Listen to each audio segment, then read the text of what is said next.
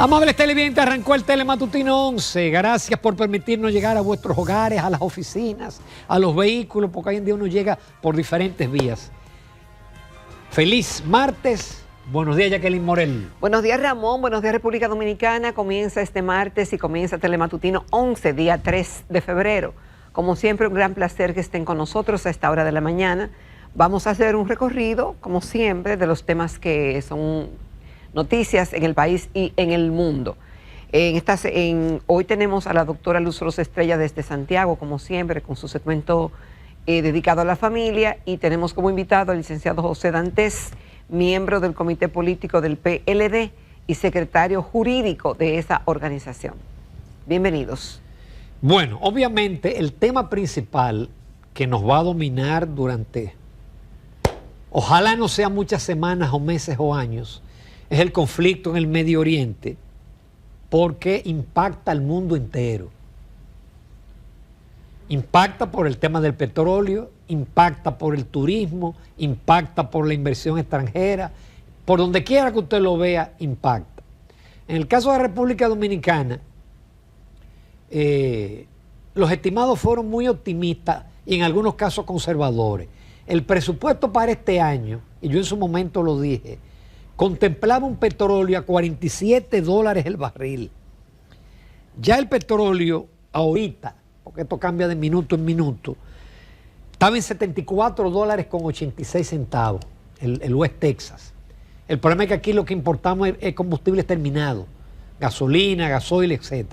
Claro, en el caso del oro, ahí compensamos, porque el presupuesto contemplaba $3.467, si me ponen ahí el cuadro en la pantalla.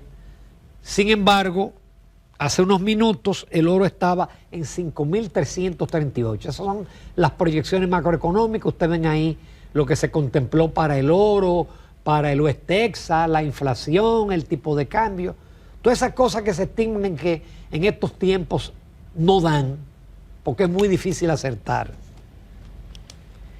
Bueno, lo cierto es que, bueno, es indudable que este conflicto obviamente dispara las alertas en el mundo, en todo el sentido de la palabra, y sobre todo algo tan importante para la vida moderna como lo es la dependencia de los combustibles, en este caso el petróleo en sus diferentes manifestaciones, ya sea terminado o crudo, y así como otros commodities que provienen de esa región del mundo que ahora mismo está en un gran conflicto. Y no se vislumbra hasta ahora, como dicen algunos medios, un plan de salida, que parece que no se previó que la resistencia que puede tener ese país y los países del área, algunos de los cuales puedan hacer causa común con Irán. Y bueno, ¿qué ha pasado? Este es un gran país de una gran riqueza. Sin embargo, en el 2025-2026 estaba atravesando una crisis económica profunda, con una inflación cercana a un 50% y una devaluación de su moneda, del rial, un alto desempleo juvenil y la población un tanto ya desesperada. Muchas inversiones del sector público, el sector privado ya es pequeño, no tan alto, no está parejo. Y obviamente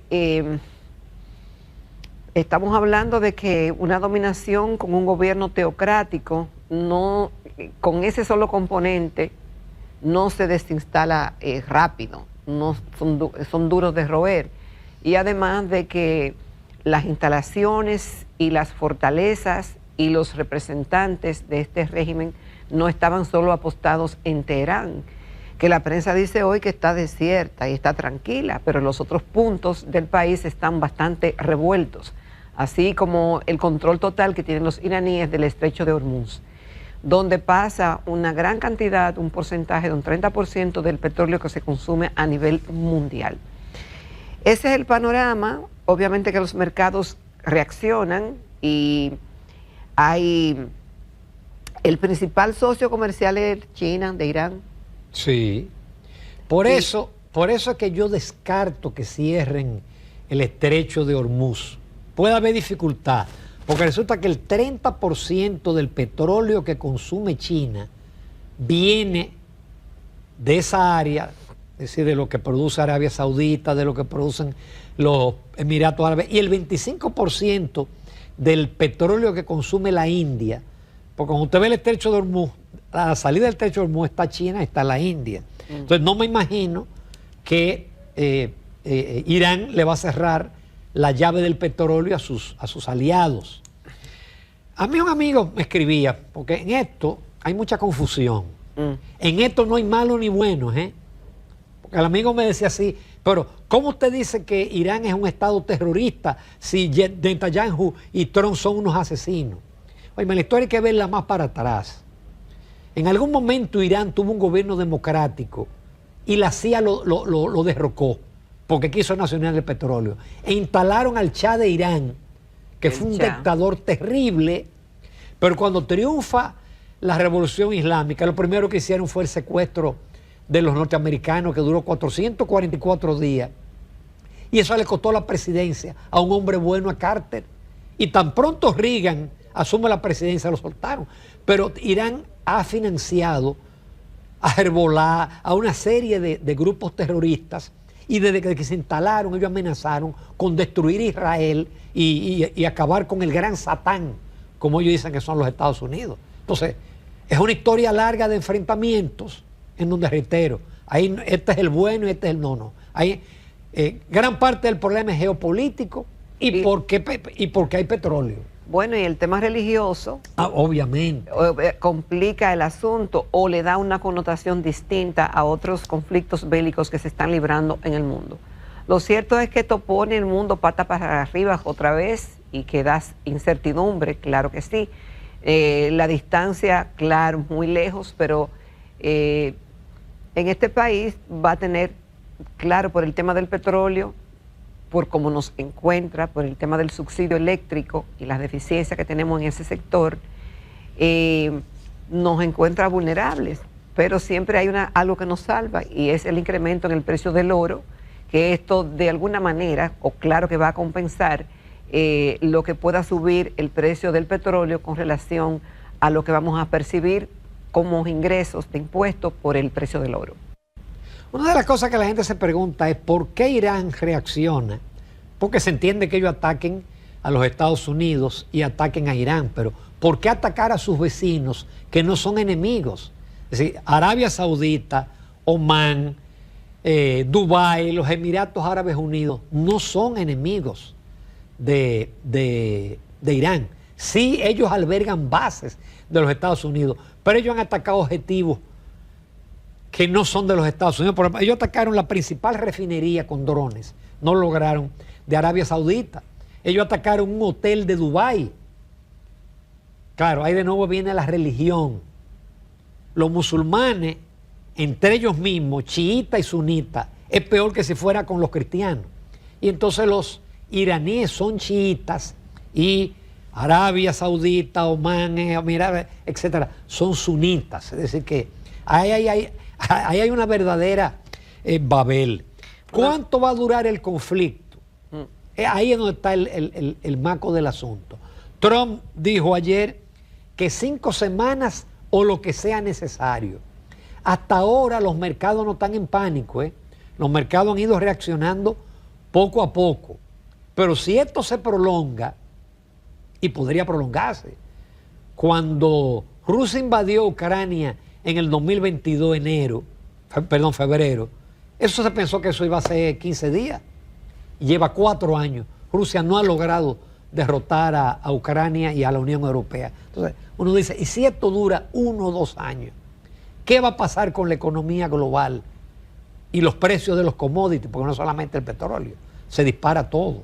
Bueno, hay que seguir enfrentando lo que venga. Esto es una noticia en desarrollo, acontecimientos que están ocurriendo en estos momentos, estrategias que se están implementando, pero obviamente que conforme pase el tiempo y la reacción que ha tenido Irán a la operación Furia Épica, orquestada por Estados Unidos y por Israel, dará tiempo y a Irán tendrán que ir reaccionando y armando cómo van a responder, y cada país va a tener que ir haciendo lo que le corresponda.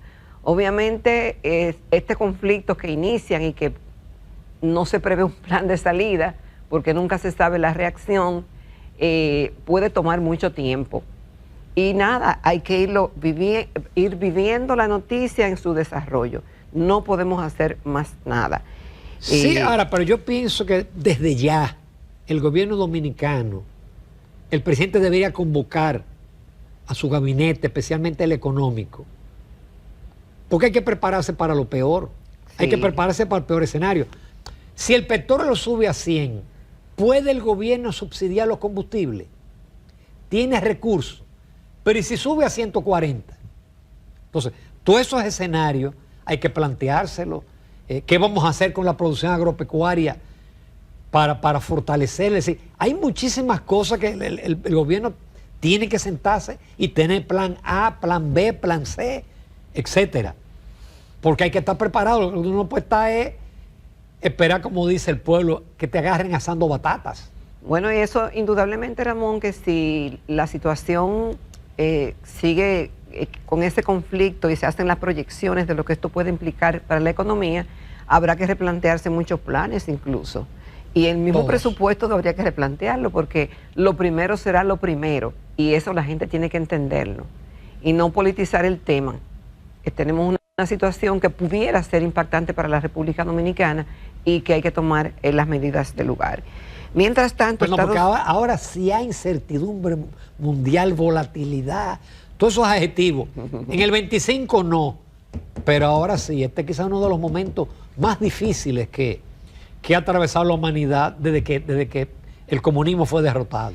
Había incertidumbre, Ramón, porque desde que se instaló Trump en Estados Unidos había incertidumbre, por nombrar un solo ingrediente, más los otros que no vamos a mencionar actualmente.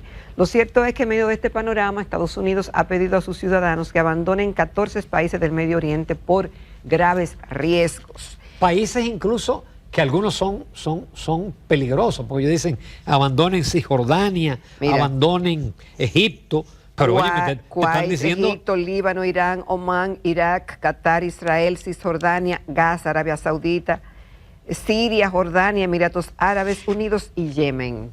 Creo que se me quedó uno que tiene un nombre raro, Bahrein. Bahrein, exacto. Para algunos de esos son países, el Emiratos Árabes Unidos era el ejemplo de desarrollo y de turismo y de tranquilidad, y lo mismo en Arabia Saudita. Porque mientras Irán está pensando en el pasado y en el odio, esos otros países árabes han tirado para adelante y le han dado uso al petróleo y no están pensando en tener armas nucleares ni en financiar grupos terroristas. Ahora, Ramón, van a salir mucha gente de esos países anteriormente mencionados, no solamente estadounidenses, mientras tanto los cielos estén abiertos y puedan salir. No, pero es que no pueden salir. Ahora mismo hay miles de turistas que están varados. Cuando puedan salir los turistas y cuando puedan salir los norteamericanos y los demás que puedan irse de ahí, lo van a hacer. Lo van a hacer por el conflicto que se está viviendo y que países que son supuestamente amigos y pudiéramos decir que en algún momento aliados, aunque sea comercialmente, están siendo atacados. Entonces, mucha gente que pueda salir de ahí va a salir de ahí, indudablemente. Por otro lado, ayer la organización, la OECD, Organización de Cooperación y el Desarrollo Económico, presentó un diagnóstico a las autoridades titulado Revisión del entorno habilitador de la República Dominicana para la industria de semiconductores y microelectrónica, porque el presidente Abinader en el año 2024, mediante un decreto, estableció como prioridad estratégica que República Dominicana albergue industrias de procesadores de chips y de semiconductores. Hay un libro que yo recomiendo, que es el libro que está ahí de Chris Miller, La guerra de los chips. De los chips. Usted tiene ahí la historia de los chips y lo complejo que es la fabricación de los chips y el diseño, a tal punto que pocos países lo dominan, pocas empresas a nivel mundial son los que dominan eso. Y si uno se va al informe, o aparte del informe, porque tiene como 70 páginas, uno se da cuenta de las debilidades del país. Ellos elogian siempre la estabilidad política y la estabilidad macroeconómica.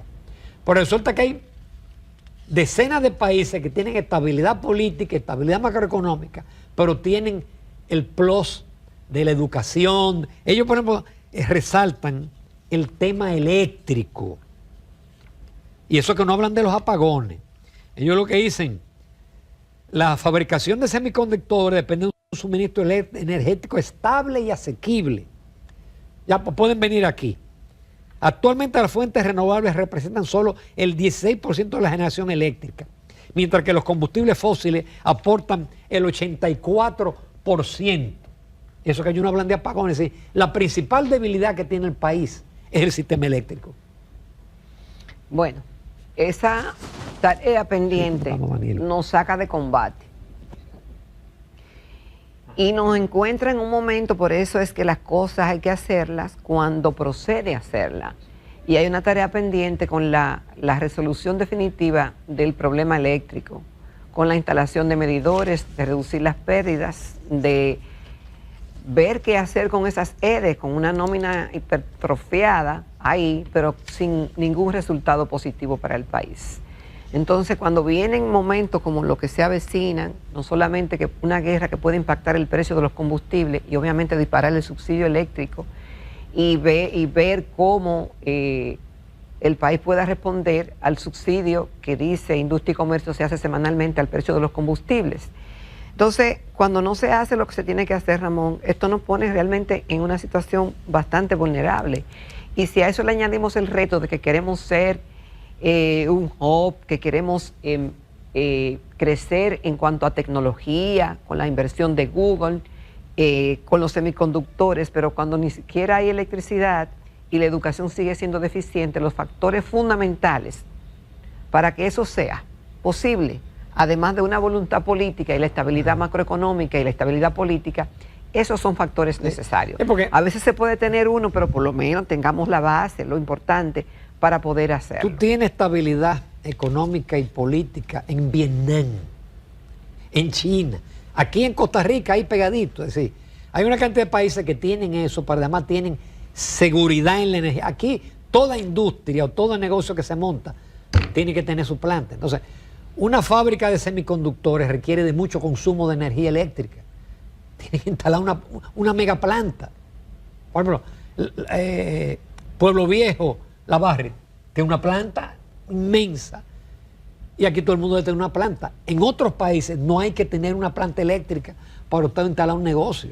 Y aquí el negocio más pequeñito debe tener o una planta o tiene que tener un inversor. Si no, está preso. Bueno, señores, no tenemos más nada, ¿no? Hay pocas cosas en el país, pero tenemos muchos retos. Yo ahora recuerdo, Jacqueline, yo recuerdo todos los informes de la misión del Fondo Monetario, no con este gobierno, no, desde los otros gobiernos. Ellos tenían una palabrita: hay que tener colchones fiscales. Lo que dice el dominicano es que hay que guardar pan para mayo.